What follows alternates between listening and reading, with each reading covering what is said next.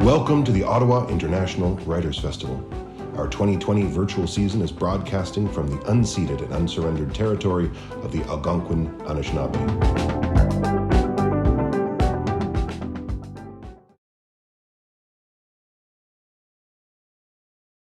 Hello everyone, welcome to the Ottawa Writers Festival. My name is Rhonda Douglas and I'm here with Marilynne Robinson.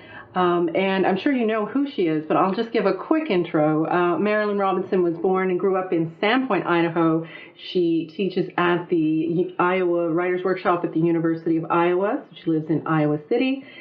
So in addition to Jack, which we're here to talk about today, which is her new novel, she's also the author of 4 previous novels: Housekeeping, Gilead, Home, and Lila. She's also published 6 books of nonfiction. And her work has won a host of awards, including the Hemingway Foundation PEN Award, the Pulitzer Prize, the National Book Critics Circle Award, the Orange Prize, the National Humanities Medal, which is a lovely moment, among numerous other nominations. So welcome, Marilynne, and thank you so much for taking the time today to talk to us. Well, it's a pleasure. Happy to be here. So we would love it if you would just read a short passage from Jack, your new novel. And just whatever you'd like to read for a few minutes would be fantastic. Okay. Well, I opened at random. I wish I hadn't opened at random to page 139. In the middle of the page. Simplify, simplify. He had made a good beginning with the thought of Della. Once she was banished, he was freed of anticipation and regret, both of which were attended by calculation of a kind. How to have a with her, which became how to pass her on the street, and then what to say to her, what would make her smile. Or he would fall to thinking how to put something right, how to make something clear. For example, that he avoided her for her sake, and at some cost to himself, emotionally speaking. For a day or two, he would take pleasure in the thought that her good life was unthreatened by his jackness, his jackitude, his jackicity. How was it possible to be encumbered with kindness, so that his blundering always ended as shrewd harm? It was a shock to his metaphysics to discover that when he had forsworn malicious intent, the effect of his actions, his mere presence, were changed very little, and not reliably for the better. What if Della read Patterson and was offended by it? He hadn't been to the library since he was there to draw that picture, Chicken Joint with Angels. He had been, as the fellow said, ashamed to show his face, though he knew that the most respectable man in Missouri could be mugged if he happened to turn down the wrong alley. It was ridiculous to have chances of his life would not have touched him essentially so long as they left no visible scars. As if he could just walk into the old house and take his place at the dinner table. He usually banished that thought once or twice a day, but now he gave up on it for good. It was gone now, and all the sorrow he would him like the wind he brought in at night when the house was warm and asleep. It was like a black cloak that swept around him, setting off disturbances among the crystals on the lamp's shades, leaving books left open, losing places in them, scattering letters, half written or half read. He couldn't say he hadn't done any of these things. If they asked him why he had done them, he would say, "I am at the center of a certain turbulence." That would sound flippant, at best a little deranged if they took him seriously. I love how you chose that from random, and yet it's so, well, I suppose every moment is in the book, but it's so central to me anyway, what the book is about and what Jack is about. So thank you for that. So I just wanted to ask, start off by asking, getting to the heart of Jack and Della, their beautiful, tender love story. They're different in so many ways. So he's Presbyterian, she's Methodist, he's a ne'er-do-well, she's a conscientious school teacher, and of course he's white and she's black. And so he's also older, more experienced than she is, and yet, what is it that you think they have in common? Well, there is what Goethe called affinity, I mean, there's that, the fact that some people undeniably seem to have access to what is most interesting or poignant or whatever in other people, in certain other people. Randomly, it seems. And I think when that happens, a great deal of the fascination comes from the fact that it can't really be explained. Yeah, there's kind of almost a mystical element between them. So. Yes.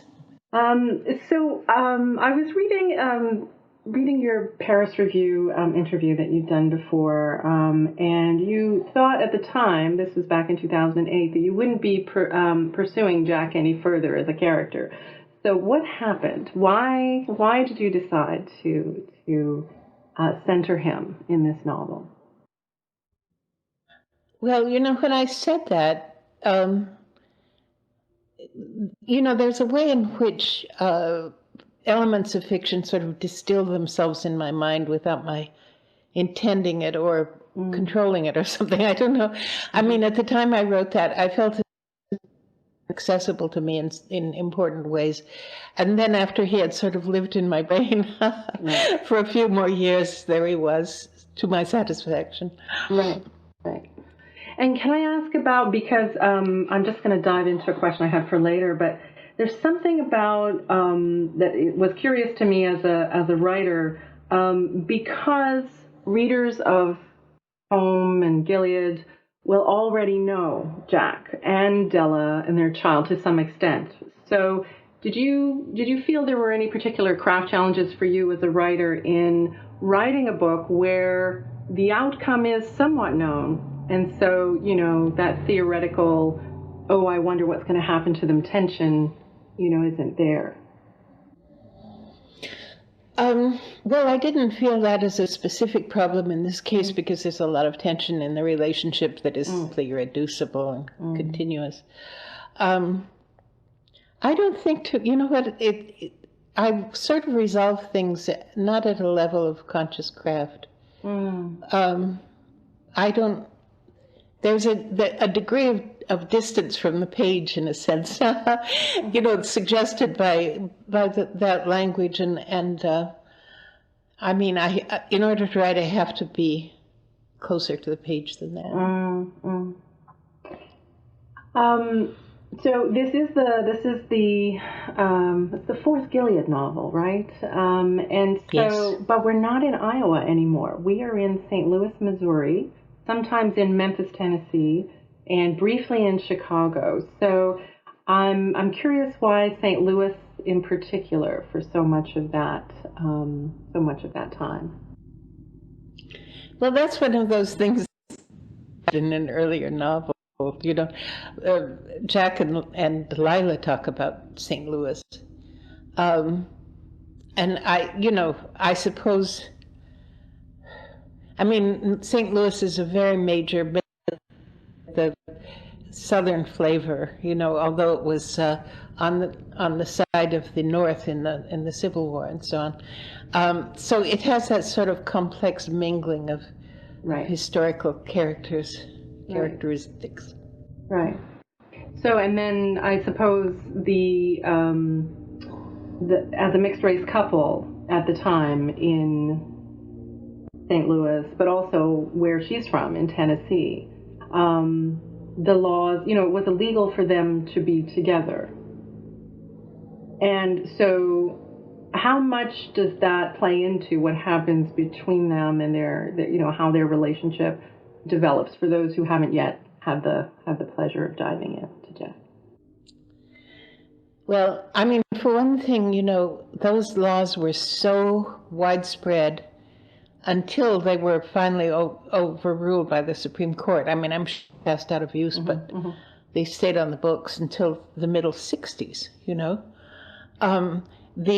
So I don't want to seem to be especially hard on St. Louis or Memphis. The fact is that against miscegenation, against racial mixing.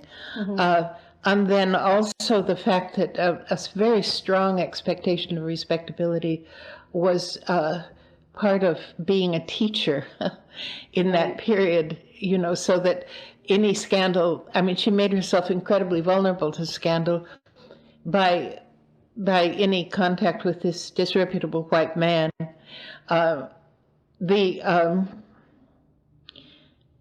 This just restricts their ability to be together, even to have a conversation or to share a book or something. It very, very narrowly constrains their freedom.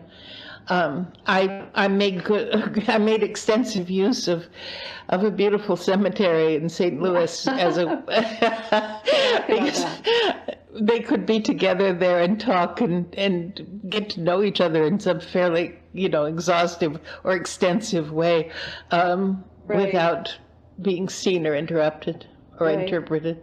I was wondering about that, whether or not, you know, that was a way to have them be together in such, you know, that the arc of that night and how they you know, are a little conflictual at the beginning because of things that have happened between them earlier, and then how their night goes for them, and how lovely that is that could unfold in the graveyard in that way. And then I thought maybe she's also trying to say something about, you know, love in the face of, you know, the ultimate end or something. I don't know.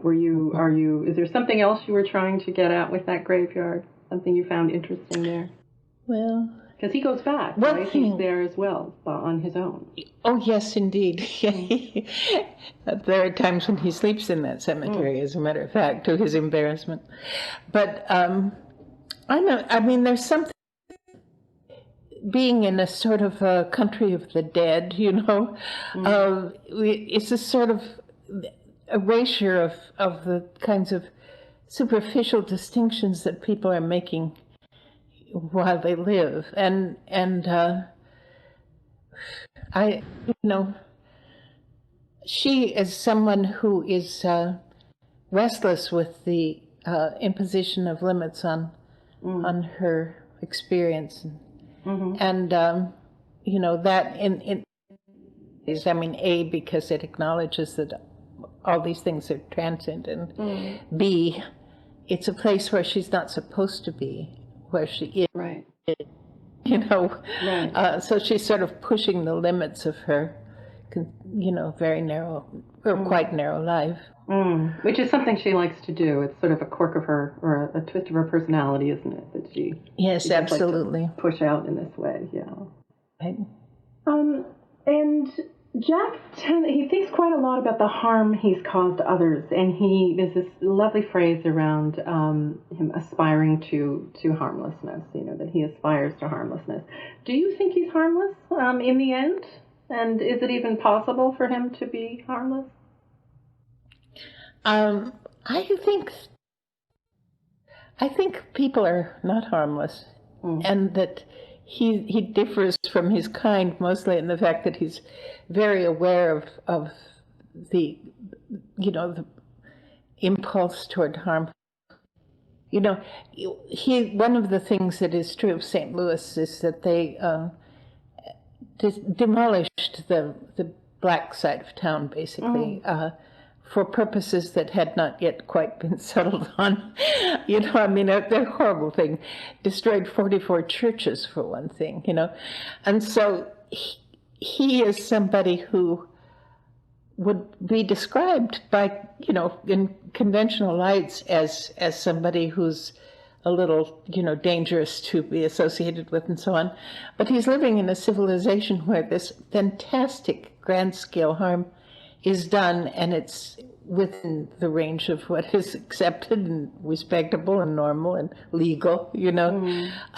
He's not a social critic, but he lives with the fact that society doesn't make much sense. And there's this lovely conversation they have in the graveyard where they talk about, you know, what if the world had ended? And I was thinking, I was so caught up in their romance at that point, I was thinking, you know, if it had ended, or if they were in that cemetery today, what do you think it would be the same? Like, would their story be driven by the same or similar constraints, do you think? Or has it changed enough that their story would be substantially different? I think it would be substantially different. I don't think there's... I mean, it might be hard to explain their being together under any circumstances, but right. As so far as the fact of their being against them being together. Yeah, exactly. I was thinking actually of Jack's circumstances and I don't know, I guess capitalism. The challenges of him being someone who can make a respectable living. Although God bless him, he does try hard, right? Yes, he does. That. Yeah. And I was wanting to ask about, I guess, something about the nature of their love. It's really tempting to read their story as a kind of redemption story, like where Della'S love redeems Jack in some way, at least in this novel. Are you intending for that to be the case? Are you intending that Della'S love has a kind of redemptive power for him? Well, I mean, I think that when someone realizes that he or she has the love and loyalty of someone he or she deeply respects, and so on, that necessarily is a huge support in life. It might help you to a redefinition of yourself and so on. But I don't think Jack has lost soul particularly. I mean, the critics think of him that way. Okay. I think of him as a man who somehow or other has a kind of passive integrity. Right. A passive he is himself. Integrity. Can you say more about that? I mean, I was taken with how he would make a decision and then unmake it and then make it again. Almost felt like that. So a passive integrity. Can you say more about what you mean there? Well, I mean that, even though he is a burden to himself, he does not, he doesn't make the essential changes that could make him more viable in the world where he finds himself, Right. He's interested in this experience, even not what one might want for one's son, shall we say, Yeah. I'm going to think about that some more. Passive integrity. I like that description of him very much. So having read your other novels and then coming to Jack, I always have such a sense when I was saying to a friend the other day, reading your novels has been a kind of religious experience for me. And I thought after, what in heaven's name did I mean by that exactly? And I think it has to do with just being feeling like you're in the hands of a writer who just, loves humanity profoundly and loves language so deeply, and just a lack of, like an accurate portrayal of humanity, but one that is lacking cynicism or despair. And so I felt that I had to ask in the context of what's going on now in the United States in terms of the response to the Black Lives Matter protests, but also just the state of democracy, if you are, and if so, where you are, seeing spaces for hope. Well, I mean, frankly, I was given a great deal of hope by the outpouring of protest that there was, I mean, people don't do that once in the sense that, people know where to the authority of the population in the fact of making themselves visible and heard in the streets, the right of assembly and, it's interesting to me, talking to people from other countries, they often see this as a kind of unknitting of the civilization, but in fact it's an assertion of very great values that we share together. And of course this is never categorically true. I'm very encouraged by the degree to which it is true, Thank you for that. Yeah.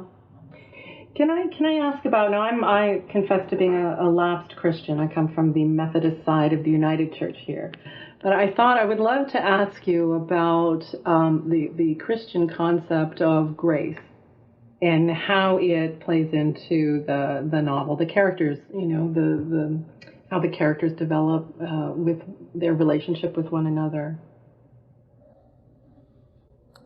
Well, there's a sort of a relationship between love and grace that makes the distinction between them difficult. I use the idea of grace as a test, really, because I do consider it to be the character of God. And I do feel that when judgments offer themselves, which would be dismissive of this more overarching, magnificence, generosity, I think they're probably irreligious, really. Okay. And are there more Gilead novels to come? Some unexplored corner of a character's life that might. I don't know. Are we going to see Della the next time, or? I really don't know, because I write a novel and then it sort of germinates again in my mind, and it's sort of like some sort of recurring crop, like asparagus or something, where you you gather it once and then you wait for it to regrow. I don't know what will happen. Right. I have never known at this point before. Wonderful.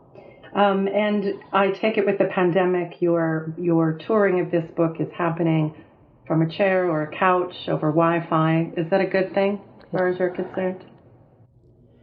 It has its points, I have to say. I'm not, it